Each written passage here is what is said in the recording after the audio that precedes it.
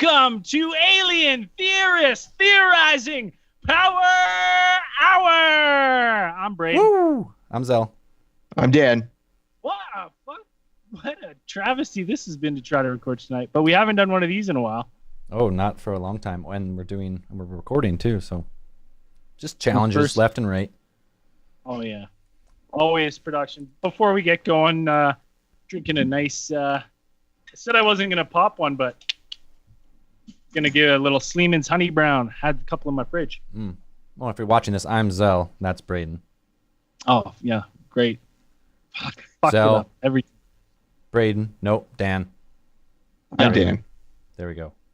There. Everyone got a little camera on. Okay, before we get going, we got Zell. You and I got roasted. Like by legit a fan. roasted? Oh, in the most polite way, but just such a dagger in the back. So we did the live feed on Facebook yesterday, and we were doing a test run. We had fans letting us know if there was buzzing and stuff. And there's this one girl. I won't say her full name, but she got us. Her name's Brandy. So cheers to Brandy for the sick burn. Sweet. Listen to this. So I'm going to read it, and then we'll go into detail on why it's Brandy wrote on our live stream video, embarrassing truth. I have been listening since episode 6, but I have never really paid attention to who's who. So I was completely weirded out because I always assumed Zell was Braden and vice versa. Wait. Braden, your looks suggest a bit more intelligence. So good. Because then I instantly I was like, oh, she thinks Zell looks stupid. And I sound stupid. So, Oh, great. I loved it. That's awesome. I like read it and I had a look and I was like, oh, you fucking got me good. I couldn't even do it. I just laughed at it. What are you gonna do? The sick roast. I'll take that. I'm not even mad. I'm impressed. Yeah. So why don't we get right into some space news? Wait for it.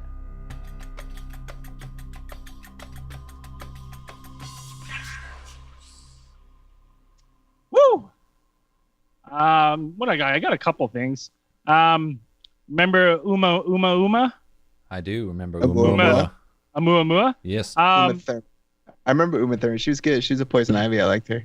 Yeah. That was probably one of her worst movies. She has freakishly long fingers. I think she's like 6'4" too, so she's huge. An interstellar object has crash landed on Earth, according to scientists. So this is basically saying when Oumuamua first entered our solar system in 2017, astronomers declared it our very first interstellar visitor. But that was incorrect. Harvard professor Avi Loeb and undergraduate student Amir Siraj, in a preprint paper awaiting peer review, say Oumuamua was preceded by another interstellar traveler that flew past Earth on January 6, 2014. So they're saying that Oumuamua is just a copycat. Just a copycat flyby. Wasn't the first. Wasn't the first. It won't be the last probably either. I don't think anyone saw that and was like, that's the first thing that's ever flown by, ever. Well, I mean, the scientists did. That. Well, from outside of our outside to in. Yeah, but I don't believe that's the. I don't believe it. I don't believe it either. What about UFOs and shit? They're coming in. Yeah, changed its speed. It did. It did change speed. That was weird. That was the weird thing. I like this one. Scientists say wormhole space travel is possible, just really, really slow. So okay. So I don't know. Wormholes. It basically says scientists from both Harvard and Stanford did a study where they prove that, yes, wormholes are real. These tunnels in space connect two distant locations together through which travel is possible. But it doesn't look like it's going to be feasible for human travel. And they said it takes longer to go through these wormholes than to go directly. So they're not very useful for space travel. So there you go, ruining every movie ever. Star Trek Deep Space Nine. Oh, they got it so wrong. Basically, what they're saying is wormholes are the scenic route. Nice slow drive through space. Yeah, slow drive through space. I'm like, oh, okay. Well, if it's connecting the 2 points, but listen, I haven't gone to I don't want to surprise you guys. I've never gone to Stanford or Harvard. You haven't? I know. Wait, what? I know. You haven't? I know. I look. Suggest intelligence. Yeah, my looks would suggest otherwise, but I have not. I have very limited post-secondary education. You should be more intelligent. Hard to believe. I can imagine, but what else we got here? Saturn's moon Titan covered in Earth lakes. Well, that's kind of weird. I'm sure it meant Earth-like lakes, because the way that title reads, it sounds like it's like, it stole our lakes, eh? It's covered in our lakes. That's our lakes. Precipitation refills some of the lakes once they drain over time, just like on Earth, confirming a long-standing theory about the moon's geology. But there's one obvious difference from Earth. Titan's lakes are filled with liquid hydrocarbons, including methane and ethane, very much unlike the fresh water found in Lake Michigan. Oh, that makes more sense. That sounds horrible, lake. Yeah, sounds like a shit lake right there. Yeah. Okay. That's all I pretty much had for space news. Cool. Oh, never mind. I got one more thing. One more. This one was great because every party has a pooper. Independent report concludes 2033 human Mars mission is not feasible. Really? So that's what they're saying. No. The report where Vice President Mike Pence directed NASA to return humans to the moon by 2024 does offer insight into how much a lunar return might cost and how it fits into long-term plans to send humans to Mars. But they don't think it's feasible even close to 2033. The analysts suggest with our current technology and our current plans, no earlier than 2037. So, they keep pushing it. We're never going to get there. A couple Debbie Downers. They say 2037 now, and it's going to be like 2037. It's going to be 2040. Hey, maybe the flat earthers are right. We'll never get up there because we'll never get past the dome. Guys, send us to the ice wall so we see how. I want to look over that edge once for all, over the edge of that giant flat sea turtle. Isn't there a show where they're actually going to the ice wall? Yeah. Like a document, like a oh god, reality I'm pretty show? sure there's they've got like a crowdfunded expedition to the South Pole, to Antarctica to go visit the ice wall. That'd be a fun trip. I'm excited. Hope they film every piece. Oh yeah. I want a close up of the look of disappointment when they get. How would you be I don't see how you could be disappointed if you went to Antarctica. Like they're getting a free trip out of it, pretty much. Whoever's going. I don't know. Listen, I don't know. Dan, I'll tell you one thing. I live in northern Canada, and it's a fucking Arctic hellhole here. No one's going to Antarctica and going, yeah, this is good. What about in summertime? No. 24 hours Summertime, all 24 hours of daylight. Well, you get a lot of daylight. That's true. But... All right, why don't you fire up the randomatron? All right, prime it Type up. in. It's going to be fitting because I got a good story later. Type in sexy encounters. Sexy encounters. Dialing. All right, sexy encounters. Here we go. Dialing it up.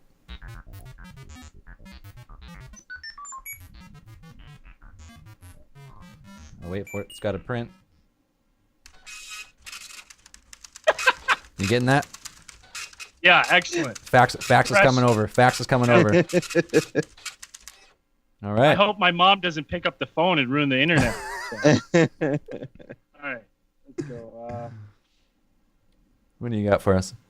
I got Elizabeth Clarer. It was on 27th of December, 1954, that Elizabeth Clarer had her first close encounter. But she had two prior involvements with UFOs. In October 1917, she and her sister had watched a meteorite seemingly about to collide with Earth, but being deflected by the power of a metallic object which came in near to the meteorite, apparently protecting the planet. In 1937, while flying from Durban to Baragwanath, Elizabeth Clarer watched as a blue-white light streaked towards her plane. When it leveled out and faced the aircraft, she could see that it was a circular object, changing from blue-white to gold and eventually to red. Shortly after this, the craft shot high above her aircraft and disappeared. At 10 a.m. in the morning of December 27, 1954, Elizabeth Clarer was drawn out of her farmhouse in the foothills of Drakensberg in South Africa by a commotion from the farmhands. Elizabeth ran to the hill on which she had had her sightings in 1917 and saw a brilliant flash of light in the clouds above her. An enormous saucer-shaped craft, some 55 feet wide, descended towards her. The object stopped some 12 feet above the ground, hovering near her, and although she was afraid, she resisted the temptation to run. The whole of the ship was flat and rotating around a squat dome. 3 portholes faced her, and in one of them, she could see a humanoid looking out at her. He seemed to view her nonchalantly, while she was attracted to his good looks. The aliens? Yeah. As he was just like... Gave her the old... I just came through a long trip through a wormhole. I mean, probably everything looks good. No interaction took place, and the craft took off. In April 1956, Elizabeth had a compulsion to return to the farm and to her, quotes, flying saucer hill. When she reached it, a spacecraft was resting on top as if waiting for her. This time, the humanoid was outside the craft. He was tall, with a deeply lined face and clear gray eyes. High, prominent cheekbones, white hair. He wore a one-piece, cream-colored suit. As he took Elizabeth's hand, he said, "Not afraid this time?"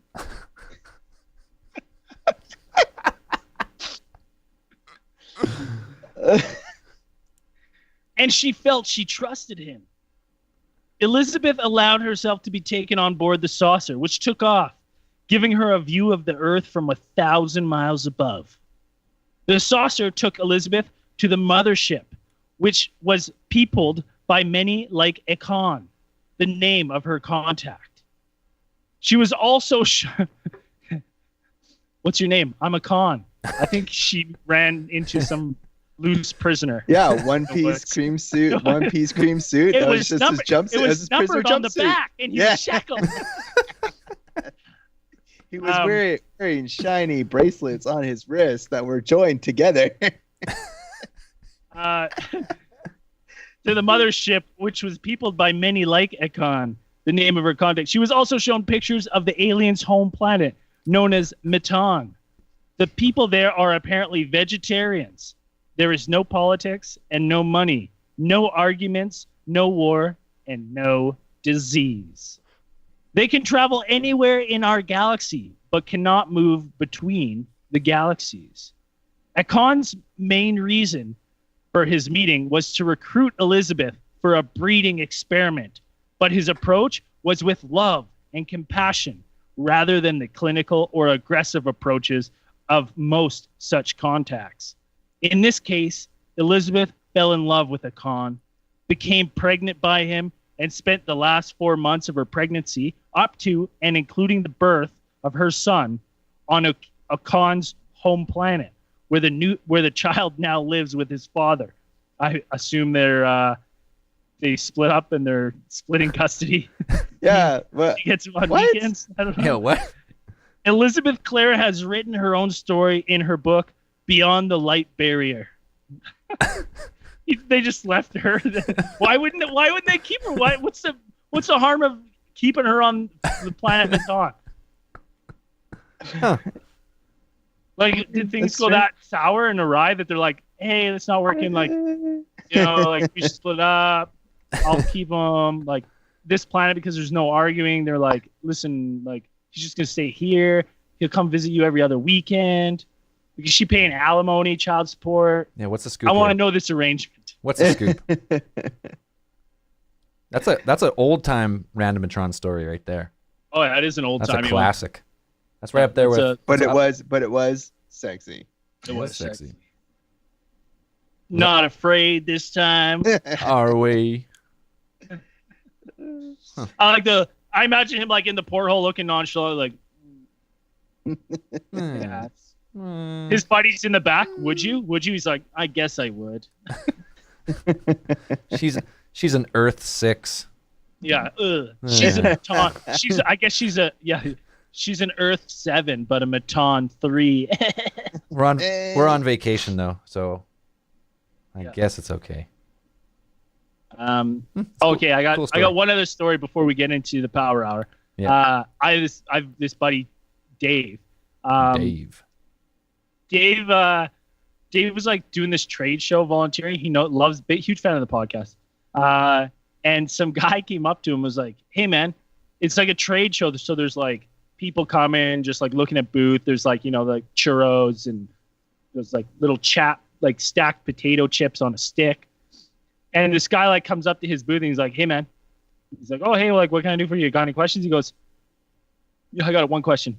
Does anyone come to talk to you about all the cows?" And like, I can't say Dave's job because he didn't ask me, but he had nothing to do with cows or livestock in any sense. And he goes, no one's came to me to talk about cows. And this guy's like, no one's coming to talk to you about the cows, about them going missing. And Dave right away, because he's a huge fan of the show, he's like, whoa, like, what do you mean? What's up with these missing cows?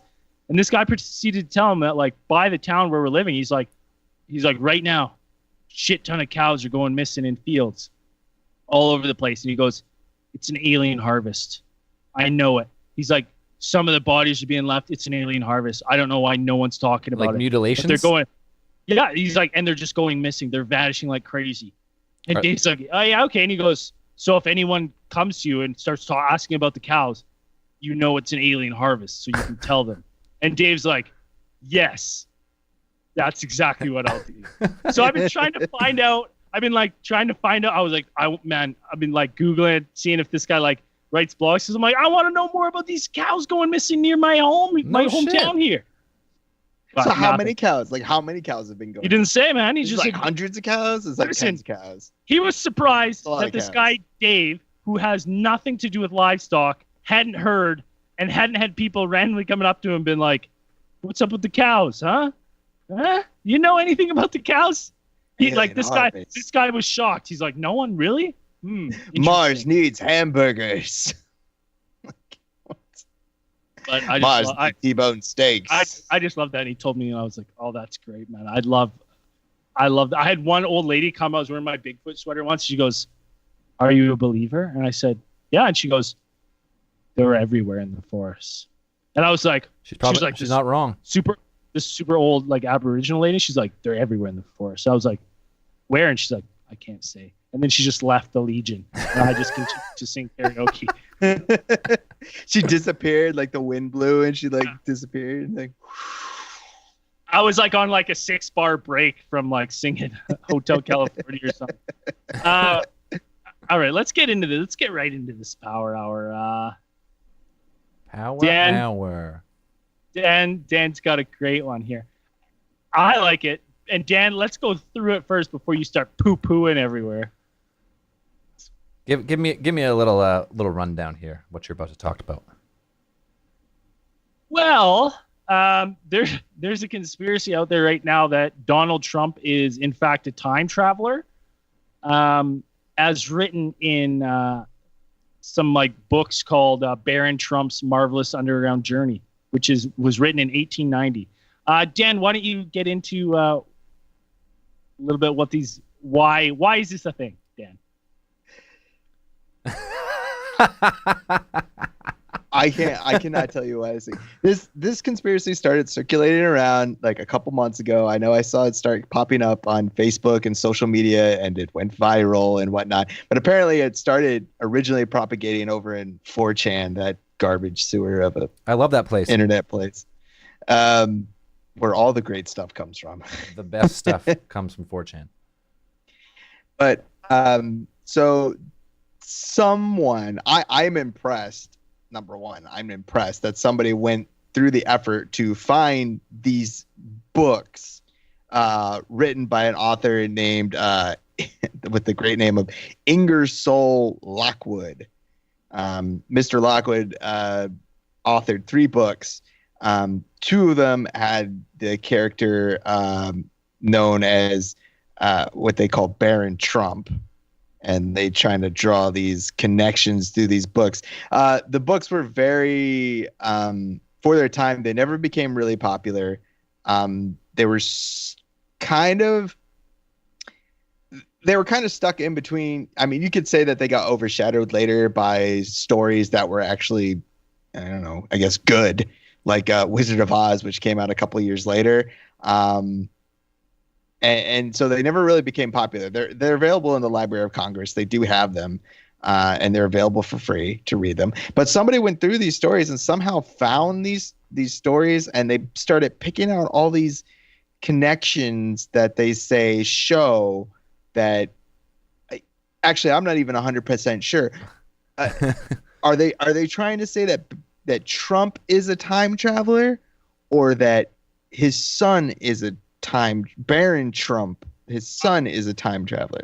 I'll layer this one more. Oh, great. I wasn't sure about that, and then I wasn't sure are they trying to say that like he's created his own time loop where he's like given birth to his son that's really him and then goes back.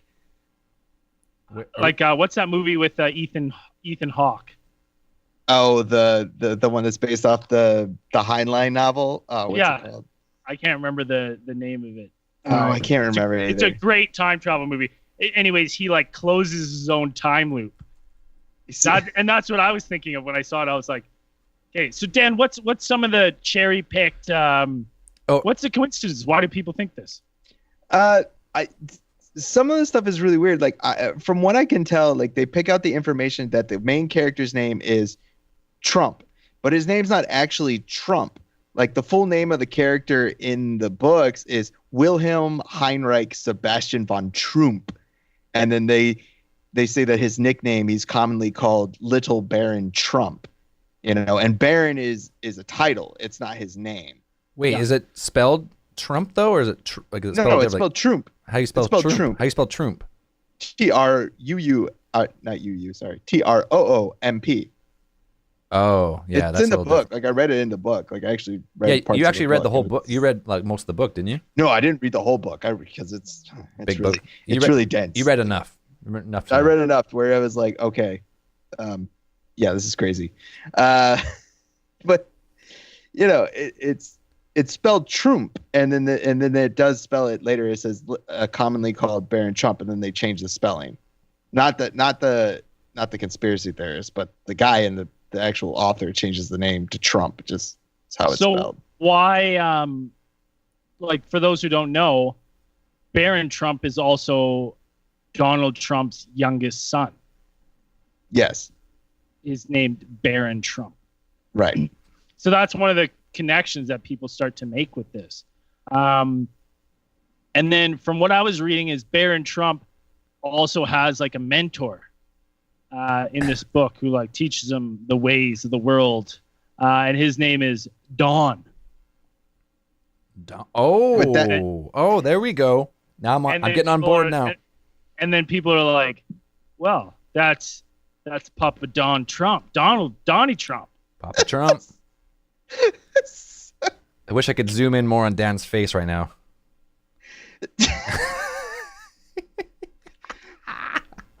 But the character's name is not Don. It's Don, as in the Spanish. It's like the Spanish. What's the word? It's your Spanish, how you address somebody. It's like Mister. So the character's full name is Don Constantino Bartolomeo Steph. Is it though, Dan? Is it? Yes, it is. It's actually written in the book. Don Constantino Bartolomeo Stefalofidja Guarin. What? It's really say that last name again. That's ridiculous. Stefalofidja Guariusfum. Okay. So what's in the story that leads to this conspiracy? So we have some loose connections in some similar names. Yeah. And now what else? Like, there's got to be more to people believe in. Is it Trump's son that's a time traveler then?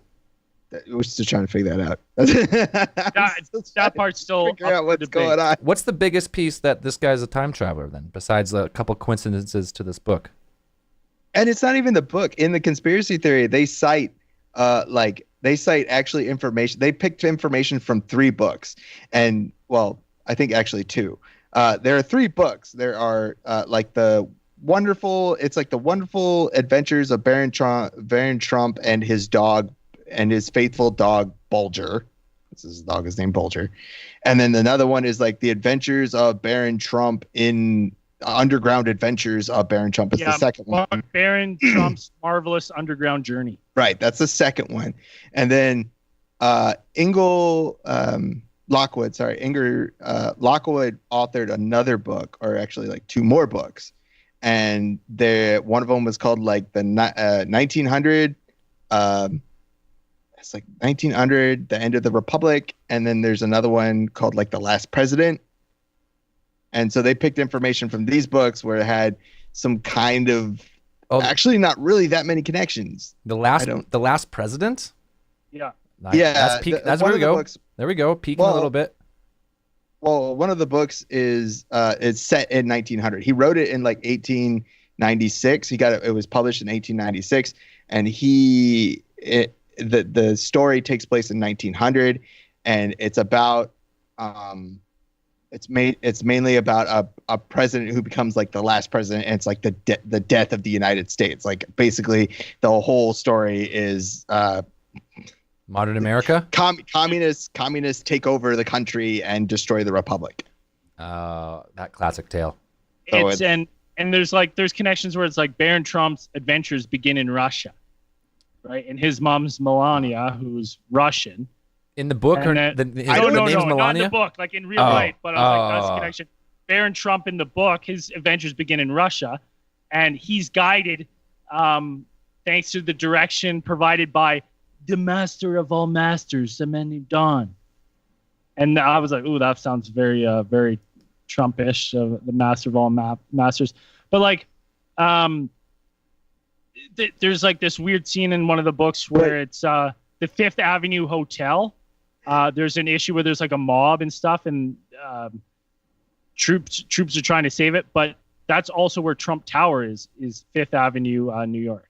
Well, the thing is, number one, Melania is not from Russia. She's from Slovenia. Same. No, it's not the same.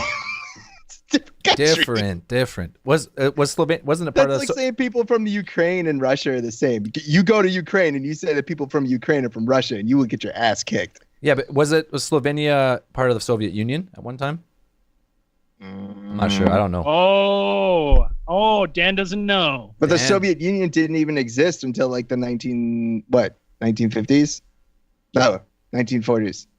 So, and then basically it says, like in the book, is they find like a cave that allows him to time travel in the book. And so then people are like, ooh, they got the Russian collusion. Like there's there's very loose like coincidences in this. How loose? But- how loose we talking? As loose as Dan's saying, like the names aren't the same. Like people are making these like, yeah, okay, Donald. But I'm like, oh, the one weird thing is, so they're like, well, how obviously Donald Trump's not going into Russian caves, like he's colluding with the Russians. And then I was reading an article today about Donald Trump's uncle, John Trump.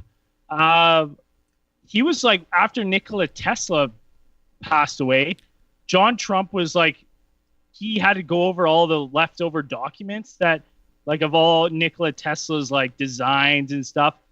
And then John Trump, after going over like, you know, one of the the smartest, the most innovative people in history, he goes, I've gone over all these documents. It's all garbage. There's nothing here. It's all garbage? Yeah. Yeah. And so then people are like, fuck that. He kept like 100% he kept some stuff.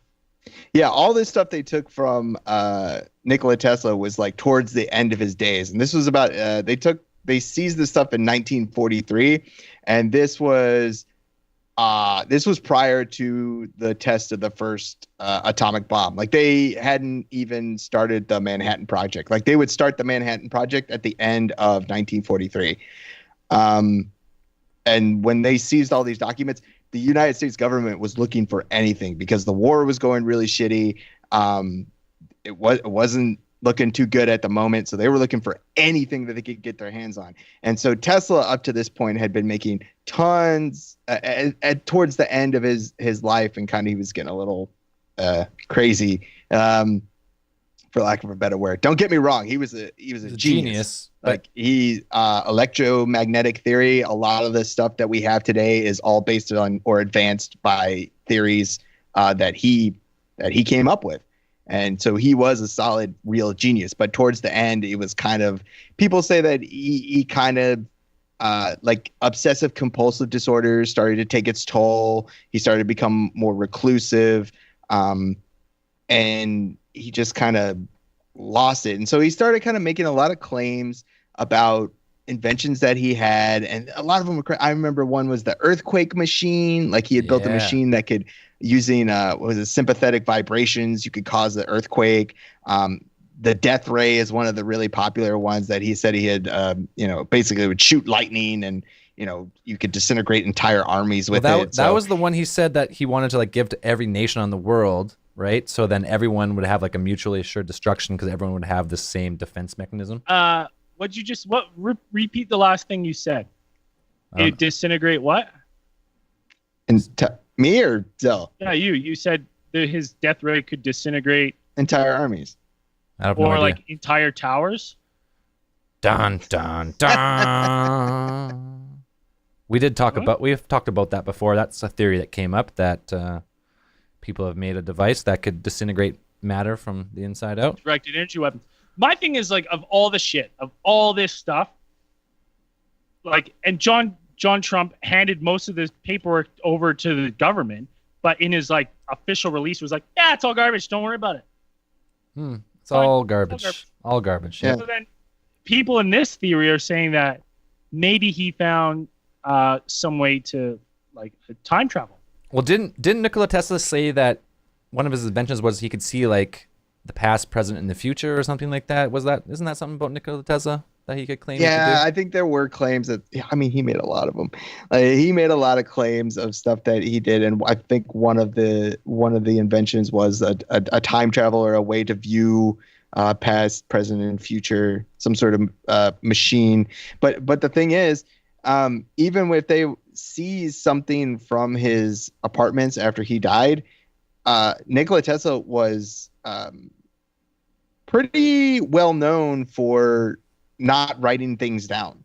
Like he didn't really write out blueprints. He didn't do all that kind of stuff. He kept most of his stuff in his head. He built his inventions in his mind, and then it's like, assembled them. Yeah, and so it was, there's also a funny story about the hotel he was staying in at the time, and he didn't have any money. So he gave them, as collateral, he gave them a piece of a machine that he told was very dangerous equipment. He told he's like, here, and it's worth $10,000, and it's part of a very dangerous machine. And when they ended up seizing that from the hotel, they had somebody who is actually knowledgeable of engineering and things like that. They said, no, this is a multi-decade resistance box. It's like everybody uses these. It's like it's found in every electric laboratory. Like you can get these anywhere. Like even I did some reading and stuff. And I'm like Dan said, people are stretching on this one, really stretching. But okay, let's it doesn't really make sense. But let's say let's go into a different avenue here. What if this is some sort of scenario where life imitates art kind of thing, right? Like this person or art imitates life, right? Like we've had these discussions before of like, I don't know, on the podcast, but like imagine the first person who like had to come up with a dragon. Like think of a unique something right now and write it. You're like, it's not going to be as cool as a fucking dragon. But I'm like, maybe they're tapping into something writing this book, right? And he's writing these names and he's writing these kind of coincidences, tapping into some universal energy of some kind on some sort of different plane as he's writing. Was he tapping into the shittiest timeline? Because that's like the worst one. So what do you mean he's typing into like? Well, for example, like he's this guy back in 1890. What's his name? Lockwood. Lockwood's just trying to come up with an idea, right? So he's a creative and artistic guy, so he's maybe tapping in and he's writing this, and you get all these coincidences, but maybe that's because like Matthew McConaughey said, time's a linear disc. Yeah, but this guy Ingersoll, I would totally put stock behind it, except that this Ingersoll Lockwood guy was like, he was an accountant or a lawyer. He's no Madame Blavatsky or whatever. He's no turn of the century spiritualist or something. He's not an Edgar Casey. This guy's just Ingersoll Lockwood. But not even. And he wrote the books reviews. and they weren't even that good. Yeah, they got bad reviews. Real bad reviews. So wait, is this guy? Is Trump a time traveler? No, I don't think he's a time traveler. I'm just saying. Well, here's the thing. I'm like, what would I do if I went back in time? And I was like, I guess he is president. So I'm like, that's pretty cool. Like, but I don't know if that's. I was having this argument with one of my friends. We were talking about time travel in this scenario, and I was like, I'm so like technology dependent that I would go there and I would be, mentally unfit for anything. Right. To just even speak basic math. I was like, I don't know how I would I don't know if like me right now, you're like, all right, Braden, we figured out. Dan got a hold of Tesla stuff, figured out. He's like, Braden, we're going to send you back. I don't think I could go back to 1890 and devise a way to become president. Why would he go all the way back to 1890 to become president when he'd have to? Well, then Lockwood went back in time. Someone went back in time or jumping in time in this scenario. I know who's going back. We still haven't figured out who's one going of these back guys is time travel. We haven't. What is going on? But no, I just don't think. So wait, what if he was a time traveler? Why now? Why is he here? Is he saving us or like? Because what's the conspiracy of Trump? It's the fuck. If he somehow had access to a time machine and somehow figured out how to work it, I would more believe that this is the Back to the Future 2 scenario, or is it Back to the Future 1? The one where the Biff Towers. He's kicking. Once he's kissing his mom. His mom's right. trying to. Two is the Biff Towers. Biff Towers, right? Yeah. Right. So that's. I mean, I'm pretty sure they base their character on somebody like Donald Trump. On Trump? Yeah. Time traveling? It looks exactly like him, and it's just like it's almost the exact same thing. So if Donald Trump were gonna time travel, it would be something like that. Like he was Like he went back and he got the sports almanac and he made a bunch of money, or he got some, speculation. The problem is he didn't make the money. Like it's not like he's like a claim to, he's just like, woo, I made all this money. Like, oh, Donald Trump's rise to fame from poverty to riches, now president. It's like, no, like we know like his dad was rich. His dad handed him stuff. But if he went back in time, like say Barron, say maybe it's not Donald, but say his son Barron Trump goes back in time to 1890. And it's some weird situation where like Barron Trump's actually Donald Trump's like great grandfather. Like there's some weird, you know what I mean? Like one of those weird time loops. And he's the one that like sets the Trump family in motion of like, we're going to be real estate moguls. We're going to be the best ever. My dad, the Don's going to be president. Like he sets the wheels in motion. I just still don't. I can't buy it as much as I want. I can't. It doesn't have enough. Like I like getting into conspiracies and going down the rabbit hole, but it doesn't really. If the names are like identical, and there's more stuff that was identical and like really without reaching for it so hard, I'm more. This is just a really crappy one. Like it's like not crappy. I would say it's just really basic. And a stretch. Quite a stretch. It's a real basic. It's a real basic conspiracy theory. I just don't understand if he's going back in time. Okay, it doesn't make sense that Trump went back in time because it's Lockwood writing it in 1890. So it would make sense that Lockwood is around being like, he's watching this Trump. He lives through Trump going and Barron's son and then Trump fucking up the United States. And then this Lockwood guy time travels back to 1800s somehow. And this Lockwood guy's back in time and he's like, I have no skills for 1890. Zero. Zip. I can't do anything. I can't do long division. I can't harvest grains. Yeah, but he could. I'm gonna die of dysentery. Was a lawyer. Like he had a job. Yeah, he had a job because he's a guy from our age who's gone back to 1800s. When he talks, like he's like, oh, you know what? I can just fucking bullshit people. Like I am the master manipulator. And then he writes a book. He's like, I'm gonna write a book about what happens 100 years from now. But I can't really remember what happened. Unsuccessful book that nobody's gonna really even remember until. Yeah, that's the thing. Why would you write that? Like I'd write like you'd write. Why wouldn't you write The Wizard of Oz? Harry Potter. Yeah. A lot of books. Yeah. A lot of books you can name there. I think. Because what is it? Because this book was written about what was it, like 30 years? No. Yeah, like 30 years after Alice in Wonderland, and like another 30 years after Journey to the Center of the Earth. Nothing in this book was actually like original.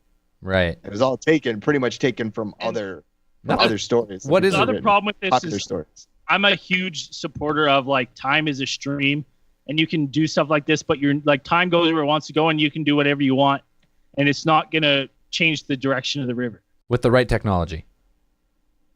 So, I just don't. It's been a pretty popular suggested case we do, but we never really. I honestly, just doing a little. You're like, why?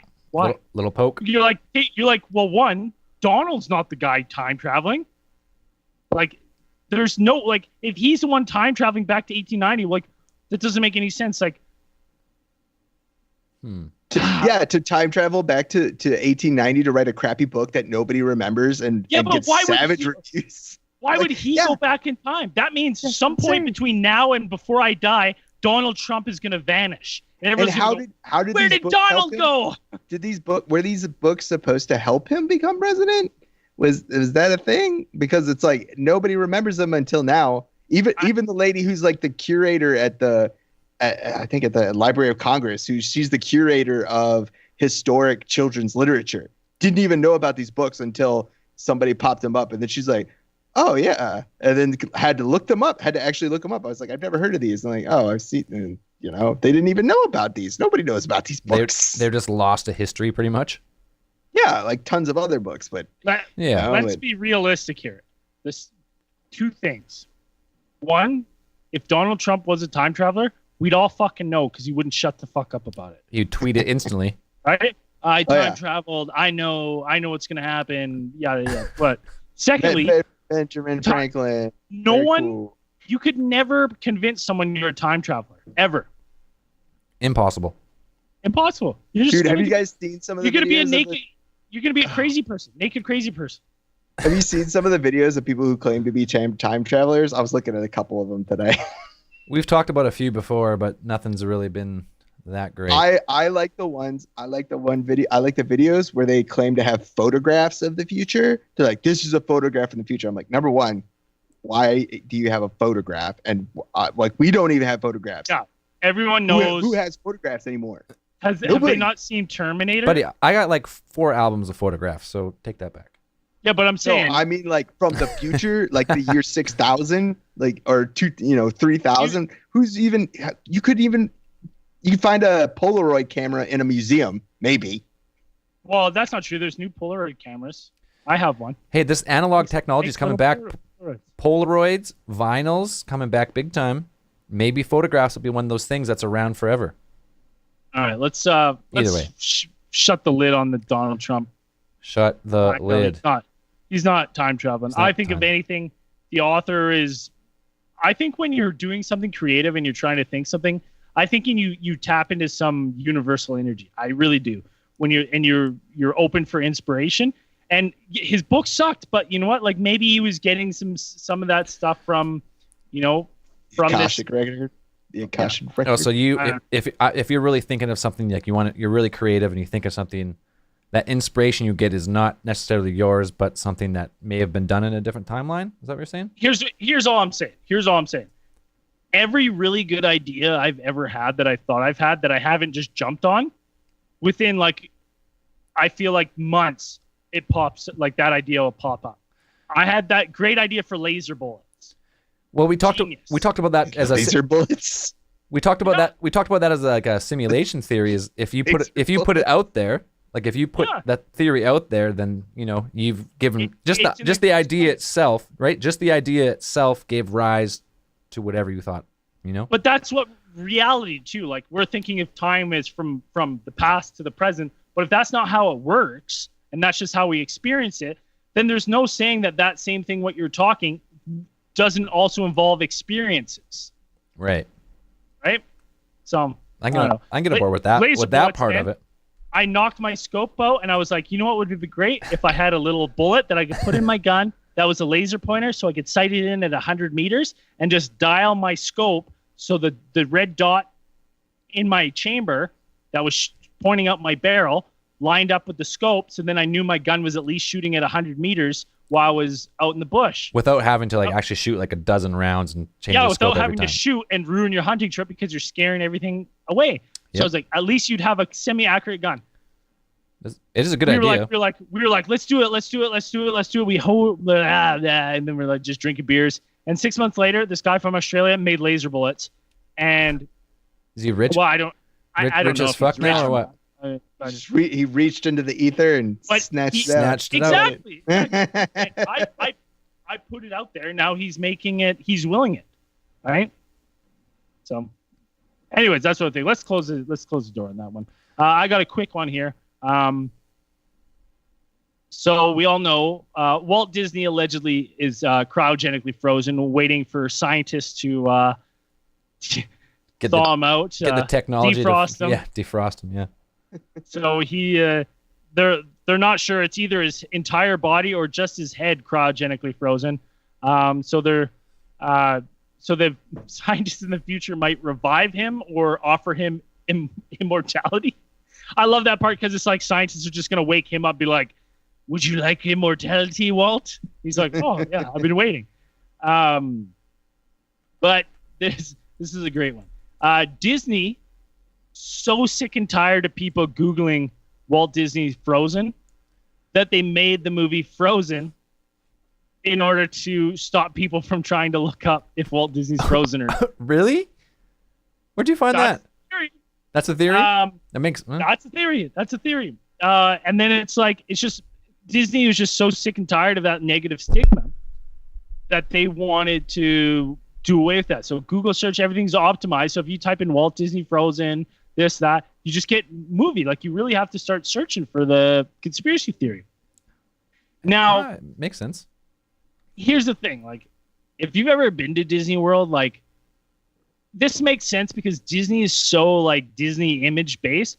When I was there, the one thing that fucking annoyed me was you would, like, go, I'm an adult. I don't have kids. So I would go up to, like, another adult who works there, and I'd be like, hey, which way are the washrooms? And this, like, adult lady would turn to me and be like, oh gosh, the bathrooms? Is that what you're looking for? Well, they're over there. Ha, ha, ha. And you're like, listen, bitch, I'm 30. You're like, what is this? Like, can you just talk normal? And they all talk like that. They have to. Yeah, That's their job. Yeah, they have to. That's their job. But here's the thing. It's like, I get that that's their job when kids are around and shit. But I'm like, no, like all the time. That's their job. It's in the contract. That's what's crazy. And then I was like doing some reading and stuff that there's like undercover Walt Disneyers that like security that like will just take unruly guests or guests who are like going against the Disney experience and just remove you from the park. Yep. So like when you start thinking about that, all about their image, like them making a movie and being like, what should we call this movie? They're like, you know what, motherfucker, let's call it Frozen. Fuck up all these conspiracy theories, wipe it off the mat. What we're gonna pay to Google optimize it and like think about the money they have. Like it's very plausible to me that that's why the movie Frozen is named Frozen. Couldn't you just type in Walt Disney and cryogenics and when it? Well, yeah, Dan, but obviously they have cryogenics coming out in 2022. Obviously, most conspiracy theorists have never heard of cryogenics. They've only heard of Frozen. I'm gonna type in Walt Disney Frozen right now. Disney. Yeah, and it's gonna come up with the Let It Go song. The first thing that comes up still, if I type in Walt Disney Frozen, is Walt Disney's body frozen? Disprove. Yeah, but that's because we're talking about it. We're talking about it, and we know Google's listening. We know. We know they're listening. You put it out into the ether, and Google snatched it out. All right, I got busted. I got. There's a lot of crazy stuff about Walt Disney, though. The parks themselves, like we could do a whole case file on that. Just on Disney alone. We were in this back alley, and this lady was taking a picture, and I'm like, "What are you taking a picture of?" And she's like, "Oh, one of the hidden dicks." I'm like, "What?" Hidden. And then dicks? she like pointed out, and there's just like milk on Marty. It looks like ball and a big cock, and I was like, "Is this really a thing?" She's like, "Oh yeah, there's dicks everywhere." I was like, "Oh yeah, there's dicks." Everywhere. Okay, maybe for you, lady. Is that a conspiracy at like at Disneyland? There's dicks everywhere, like subliminal dicks. Well, there's subliminal dicks in all like a ton of the movies. And I've heard of hidden mouses, like hidden Mickey Mouse things. I've heard of those, but I've never heard of hidden dicks. I was surprised. That's really weird. I was looking. I was like, "You're stretching, lady. This is." There's a whole bunch of stuff. Like they've done a lot of research and stuff about like when they were trying to figure out how to space out their trash cans. Like they took detailed notes of how long people would hold onto their trash until they dropped it, and then they spaced their trash cans out to the exact distance that a person will carry their trash until they decide just to throw it on the floor. That's an actual thing.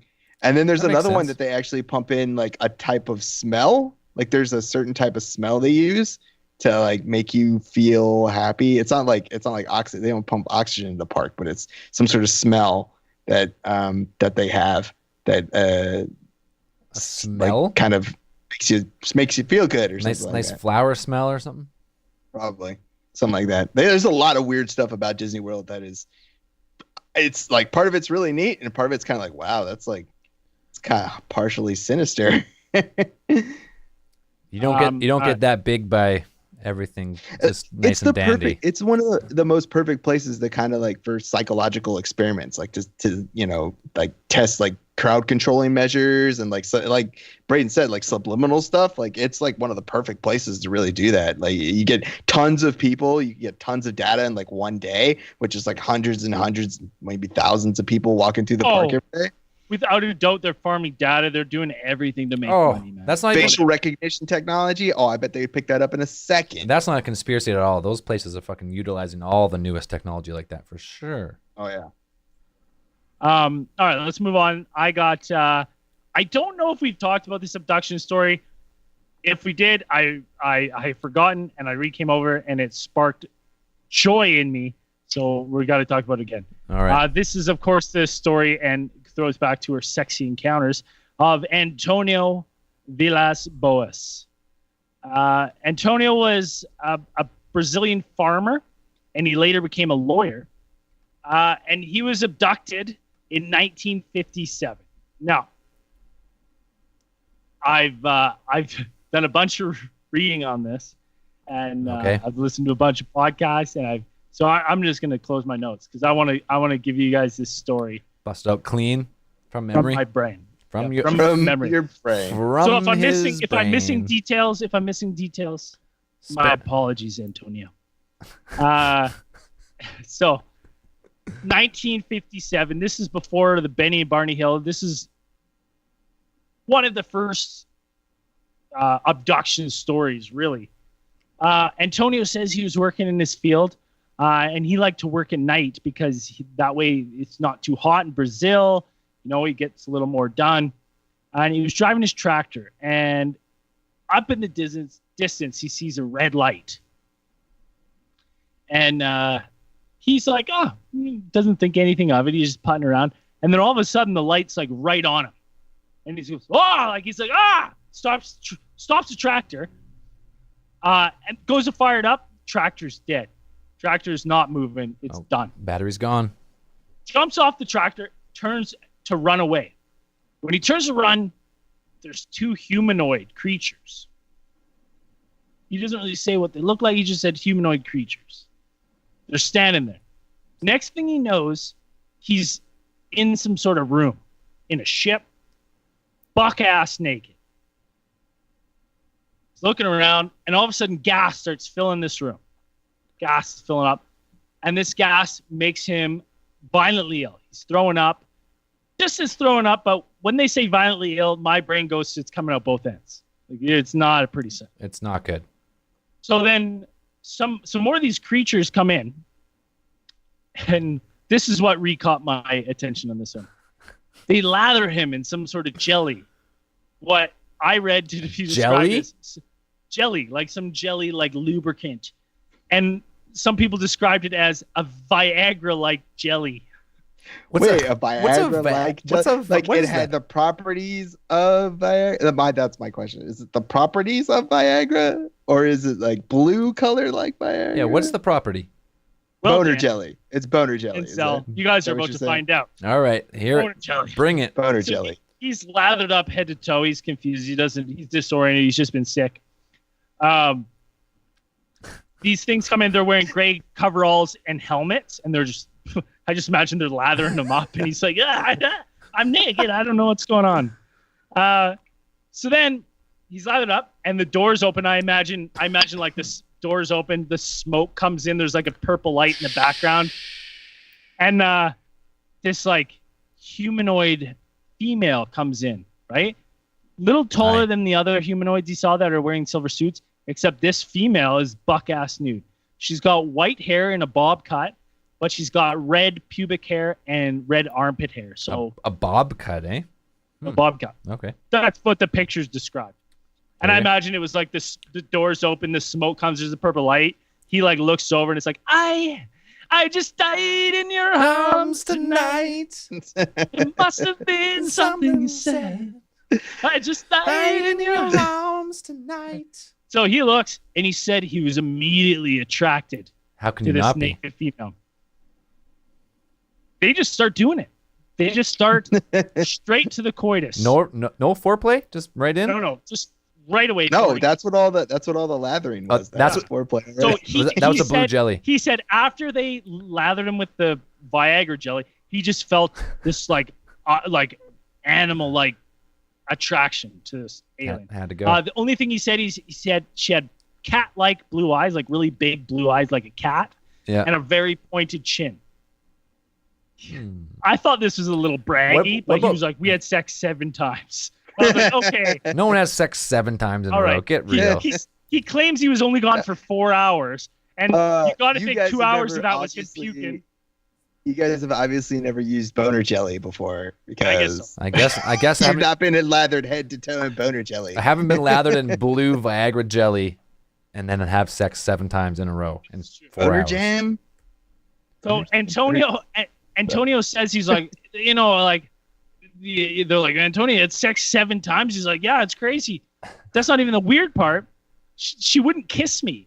Every time I tried to kiss me, she would just bite my chin. She just nipple my chin. Maybe that was kissing where she's from. Yeah, So he says they just stopped. She got up, she rubbed her belly, and pointed to the sky. And Antonio was like, "Oh, I know what that meant. She was taking my baby that I just put in her and was going to raise him in space." Baby he put in her 7 times. Yeah. Interesting. So,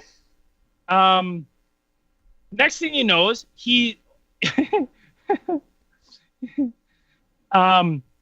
said, this is good. I got to read this one. I get it. So get it out. Antonio said the female afterwards, after she rubbed her tummy and pointed to the sky, seemed relieved that the task was over. Which this kind of angered him. So he was a little angry because he felt as though that he was just no more than a mere stallion for the humanoids. She used him. He felt degraded and used. I feel so bad for him. Man. I feel bad for him. He was given back his clothing. They gave him a tour of the ship. He attempted to take a clock-like device as proof for his encounter, but they got mad at him and they prevented him from stealing. He was then escorted off the ship back to the farm, and he watched the globe soar away. Okay. Now, Antonio was 23 when this happened. He was a farmer. Antonio has maintained that this story is true his entire life. He's since passed away. Rest in peace, Antonio. He died in 1991, and his entire life he claimed that this was real. Now, some of the evidence that this was in fact a true abduction is that a couple days later, Antonio didn't just go and tell everyone this. He wasn't just like, "Hey, everyone, hey, amigos, guess what I did? I had sex 7 times with an alien in 4 hours." With an alien. He went to the doctor and he had all these weird burns on him and like marks on him. And he was dizzy, he was disoriented, and the doctor couldn't figure out what was wrong with Antonio. He didn't understand these markings and stuff. And that's when Antonio first opened up to his doctor of like, "Yeah, this is what kind of happened." And the doctor was like, "Well, that's weird. Maybe you shouldn't tell people that." And I don't really have any explanation for all these weird burns and marks on him. And it wasn't for years later that it was found out, because Antonio, obviously having this encounter, was now very interested in the UFO community and stuff like that, was reading an article of being like, "Send in your abduction stories." Right. And he sent his in. And this is what gained him so much attention, was he sent this story in. But he's told close family and friends his whole life. And he went on later to become a lawyer, so you know he's fucking lying. Fucking liar. But it's just, I love that one, man. Sex with an alien 7 times. And 7 times. And how long? He was 4 hours? Gone 4 hours.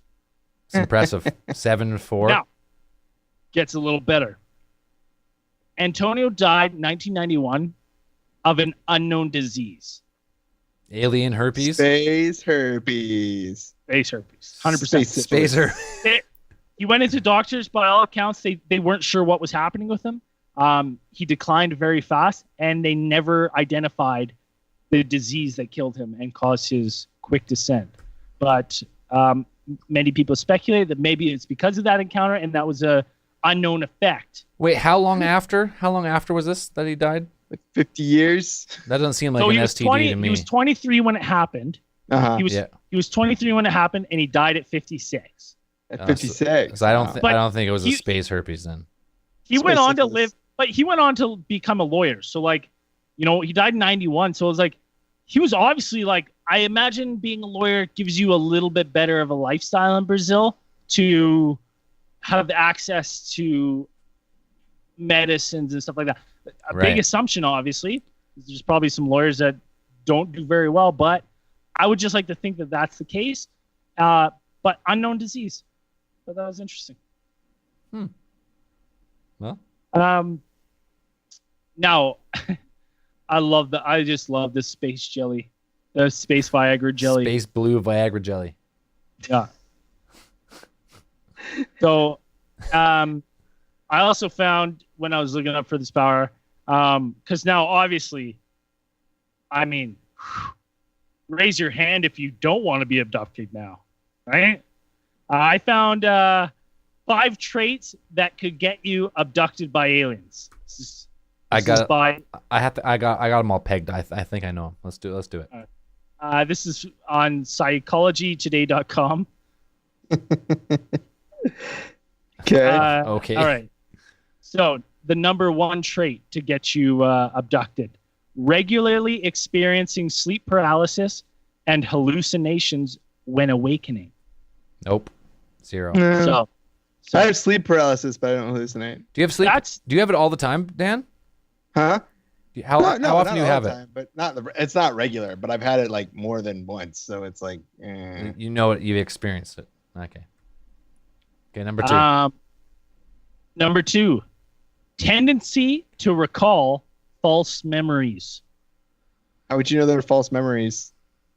It's not a lie if you believe it. Exactly. This one didn't make sense. I'll read this one. That doesn't make any sense. In an elegant set of experimental studies, McNally and colleagues found that individuals who claimed to have been abducted by aliens were prone to what is known as false memory syndrome. That is, alien abductees regularly claim to recall words, items, sentences in memory tests that they actually never saw before. So basically, your brain tricks you. You're lying. Okay. Yeah. You have a bad memory. That was number 2. That was number 2. Number 3, high levels of absorption. Like good paper What? towel, or like what are you talking about here? Yeah, like ShamWow or what? Wow. Like if you put me in a puddle, like if you spill some wine on the counter, I could put my hand on it and just and it's like If it absorbs into your hand, you're getting abducted. getting abducted. So alien abductees also score significantly higher than most people on the mental characteristic known as absorption. This trait is related to fantasy proneness, vivid imagery, and susceptibility to hypnosis and suggestion. I guess I would have a fantasy proneness, maybe, but I'm like, Everyone's got everyone's got fantasies of some kind. I think I've that's never it. been hypnotized, so I don't know my susceptibility to hypnosis. Someone tried to hypnotize me once and it didn't work, so I don't think I can get It hypnotized. didn't work? No. Nope. I just Cross that I just one got up and walked away. I was like, this is not working. This is bullshit. Number 4, New Age beliefs. Aliens only like you if you have New Age beliefs. They don't want any of that. What's considered new age belief? Crystals. If you own more than Reiki? crystals in your house. I believe in crystal if you power. have more than 5 crystals in your house and you're not a geologist.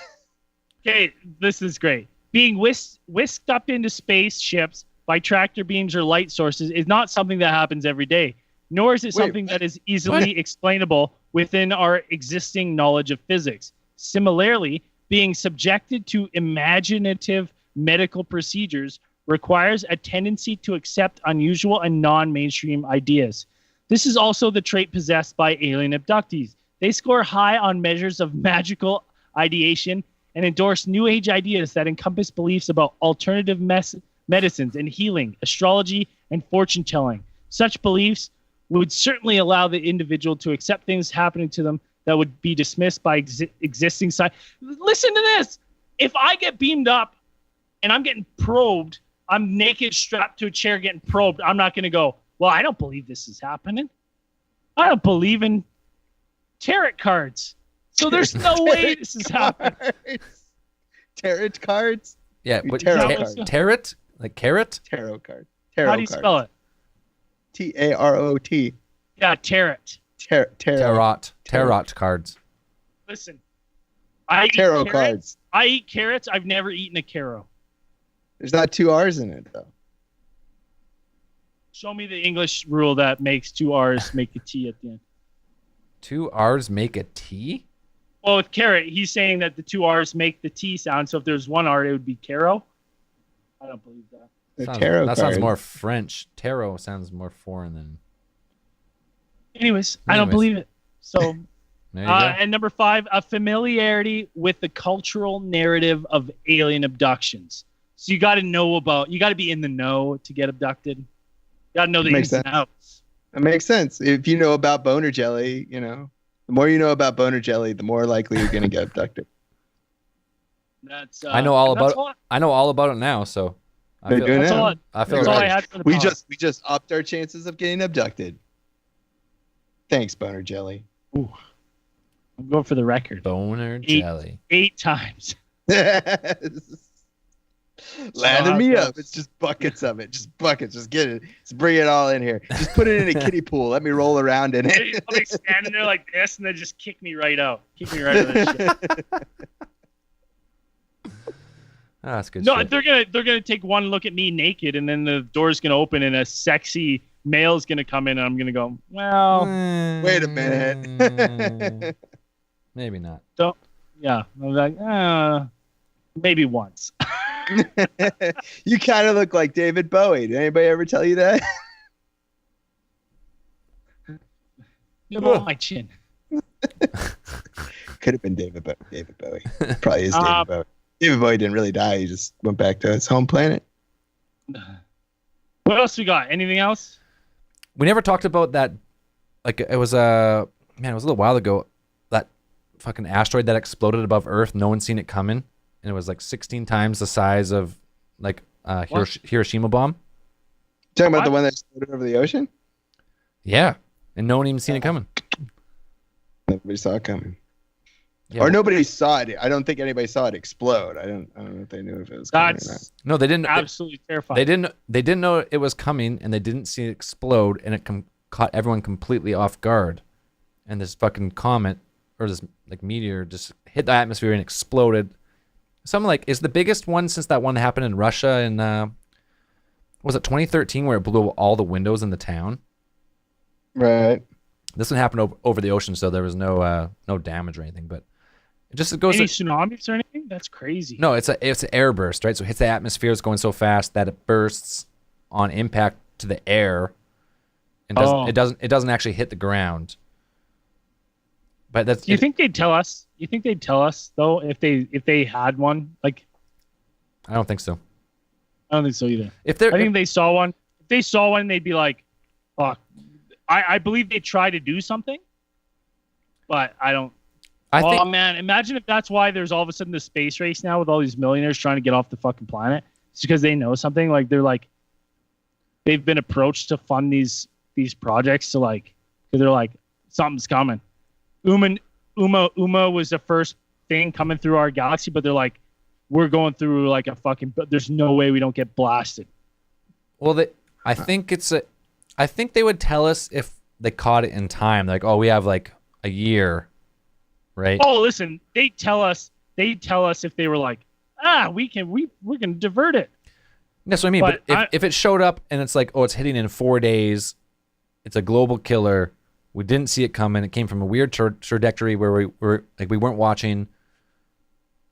They're not gonna tell us. It's just gonna hit. That's it. But I don't think even a year. You push that a year. They find it a year. They're like, this is gonna hit within like about a year from now. I don't think they tell you shit. No, I think a year is enough time to maybe try and do something, though. Yeah, but what I'm saying is I think they'd do something in secret, like behind the scenes. They wouldn't tell anyone until it was a success. Well, I think it's something that big. If they were trying to keep it, it would be leaked. That's something like that. They already launched a thing that they're going to try and do it already. They said they're going to try and do it. Divert an asteroid. Yeah, they're going to do it. Why are they practicing? Because that's something everybody's worried about. Here's the thing. So how do you think it would leak? Some scientist who's like, you know what? The world needs to know about the end of the planet. I'm doing the right thing. Yeah, and he's on the street corner with a sign saying the end is near. No, he's gonna. I don't think he would do that. He's He's gonna- a scientist. He's gonna leak the trajectory of the asteroid, and he's gonna do exactly what we're doing now. He's gonna live stream. Online? Oh fuck yeah, 100 live stream, no filter, like it's coming right out. They just take it right off. Yeah, but if it's live, you see it, and then it might get taken down after. But once someone sees it live, someone saves it. It's like you got it. It's gone. I think they can shut that shit down. They just don't tell us.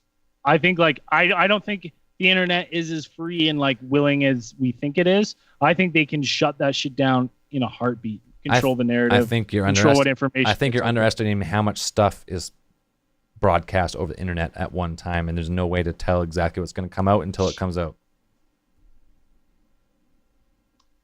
Worrisome. Oh, we won't find out till the asteroid hits, and we're all dead. I'm gonna tell you, told you so. Anyways, it just goes to show you that because what's it Apophis in 2030 or something? It's going to come close to the Earth, and it's not going to hit, but they think it's going to come back around one more time, and a few years later, it has a higher percentage to hit the Earth. And this, I can't remember how big it is. I'm just talking from nowhere here, but they're worried about it. By that time, we'll figure out how to move it. Because what's Apophis? Wasn't that like the Egyptian god of Apophis. death or something like that? Or was it Apophis. Apophis. Why would you name that asteroid that? Because it's going to hit the come Earth. smack us and blow us up. It's going to fucking kill us. We're dead. No. I mean, I think it's going to be, NASA's going to have to, step up their game. Like, I'm thinking just jet engines with drills on the end, and then you just like drill it into the side of the comet, and then you just like kick them into overdrive, and you just like push it. You just turn on the afterburner and push it like just a one degree off of orbit, and that'd be awesome. Send a nuke and just blow up just a monster nuke like right beside it as it comes off. That's too unpredictable, though. No, you wouldn't have to move it far. Just a little bit. No, you don't want to. You wouldn't know if you don't want to break it into pieces like in Armageddon. Yeah, if you blow up the nuke on the surface, it turns into like a scatter shot and just destroys the planet even worse because there's multiple impacts, and it's even worse. Whereas with if you had vectored. If you could vector the thrust or whatever you could want to do, you could maneuver it. If you have maneuvering thrusters, you could actually move it into a more stable orbit or something like that. Could you imagine that's why they're landing on asteroids and shit, and practicing landing on asteroids because they're like could be they've got something 20 years out. That's why it's all of a sudden that's what Apophis is. Apophis, like they know something's gonna hit us. The fact that something hasn't hit us in so long, or like something has hit us in relatively recent history, the dinosaurs, like geologic history. No, now that's the Younger Dryas impact. It's only 12,000 years ago. That's not that far, and that was a pretty global changer. Yeah, like we've had planet killers smash us before. Almost planet killers. Yeah, it's not if, it's when.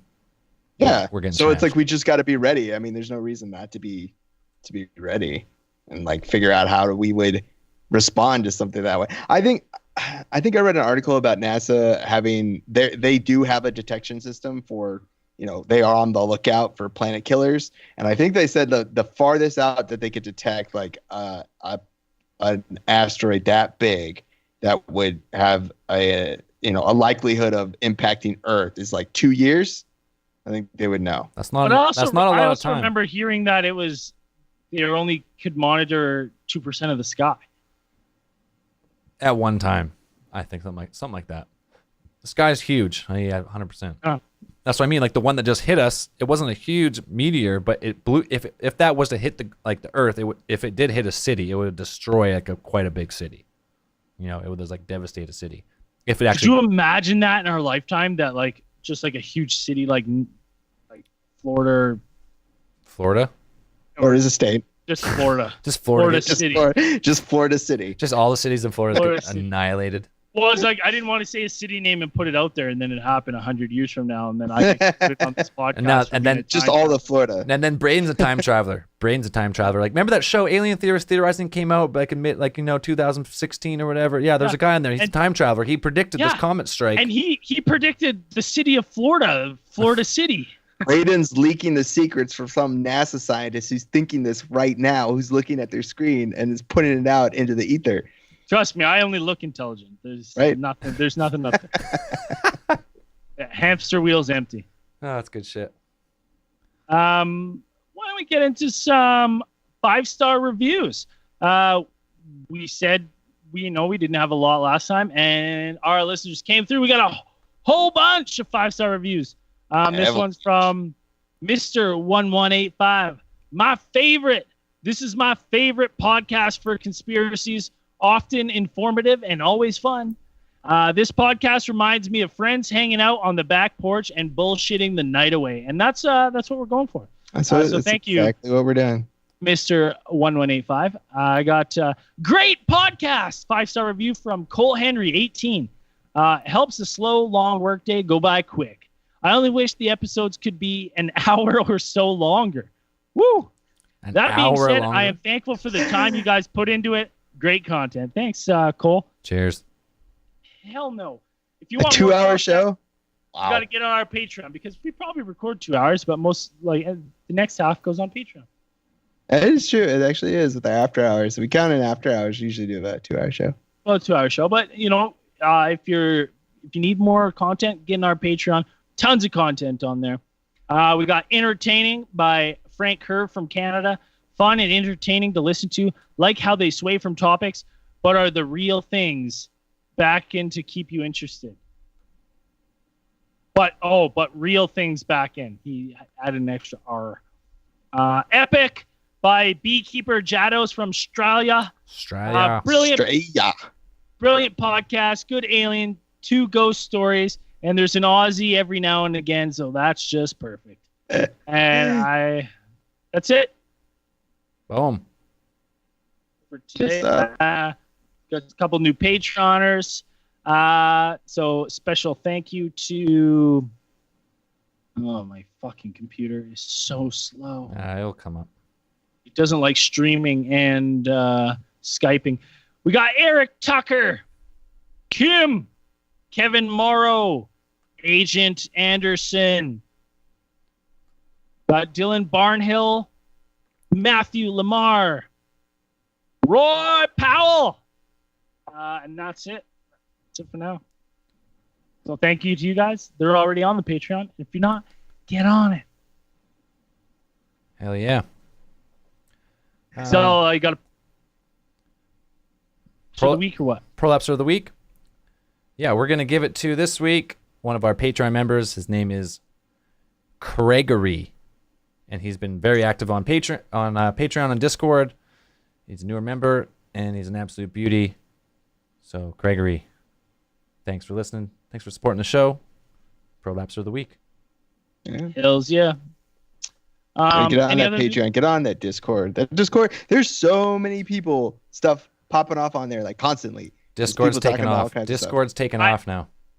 Well, usually, like by the end of the day, like I go to work, I come home, there's at least 80 new messages of people like having their own discussions, and I'm like just eavesdropping.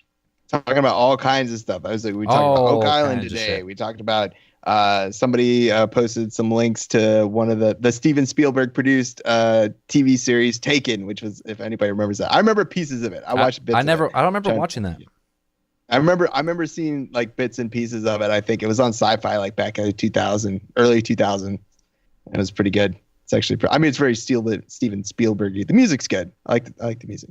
Some of the best part about TV. Yeah, there's all kinds of crazy stuff people just talking about and just constant messages. I honestly thought when we started the Discord server, we'd have like nobody, and we'd maybe have like 10 people in there. No, we got quite a few. It's awesome. Pretty sweet. And everybody's really nice. Yeah, except with that chick that roasted me and Zell on Facebook. Yeah. You know, actually, this is the first video. This is the first video that we're going to put out on Patreon, what we're recording right now. So, well, I'd rather sound stupid than look stupid.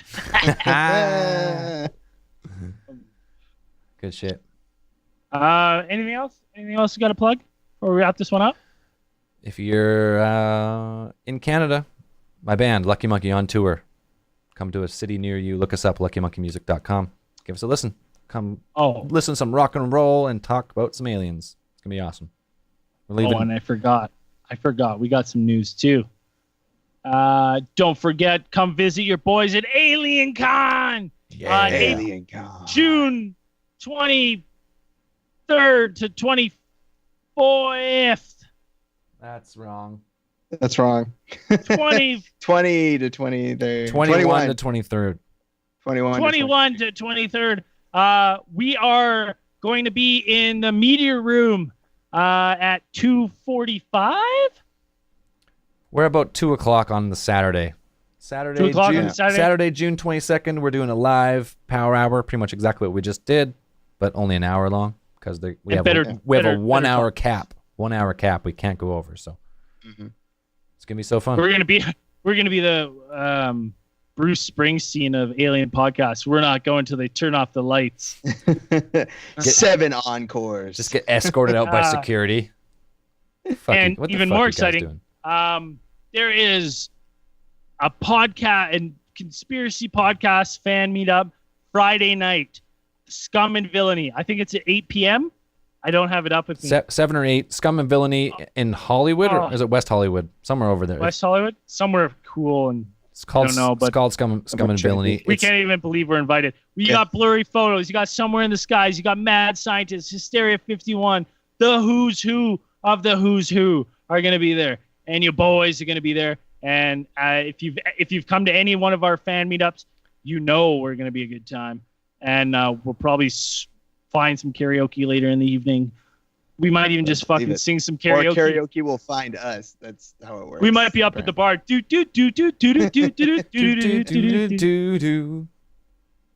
So make sure to come to AlienCon. If you haven't got tickets yet, AlienCon, use promo Theorists at checkout, get 10% off. You know what? We might even have a surprise guest or two. We don't know. But good chance. Who you're looking at right now, we're going to be there for sure. That's it. As we always say on these things, keep those eyes on the skies. Oh, yeah. Do, do, do, do, do, do.